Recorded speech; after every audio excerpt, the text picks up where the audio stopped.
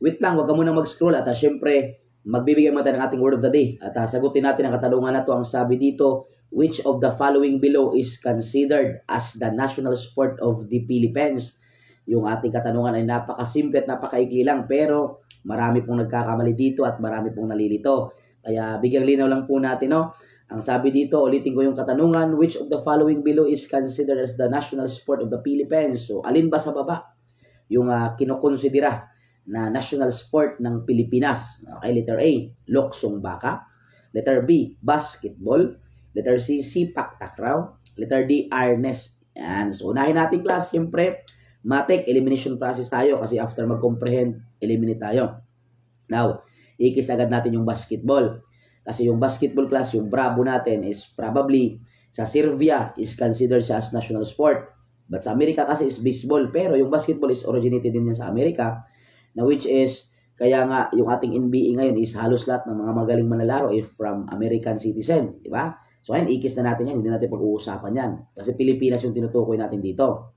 Okay, now, yung luksong baka is considered ba as national sport sa Pilipinas class? The answer is no. Kasi yung luksong baka class, it is a traditional game of the Philippines.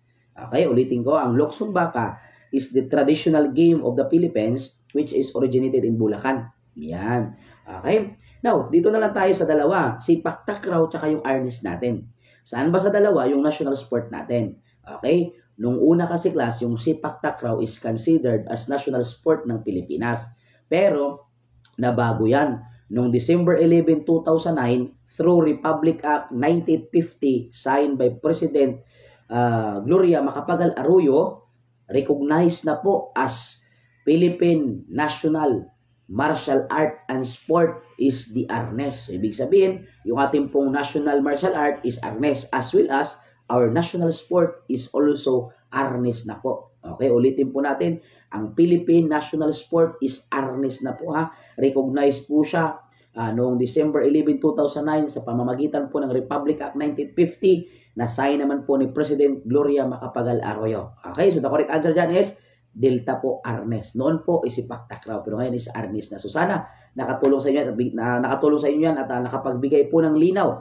At syempre, ito pa din ang inyong lingkod, your Mr. Word of the Day, Emmanuel, the Master Schumann Villas Carlos, a CVRC, National Lecturer, and a Registered Criminologist na nasabi sa inyo na para pumasa sa bar examination, kailangan natin ang baso siya at tsamba. Baso siya, basa, sulat, and share. Sabi ng tsamba, tiyaga, sipag, at manalangin bawat araw. Thank you so much. God bless you all.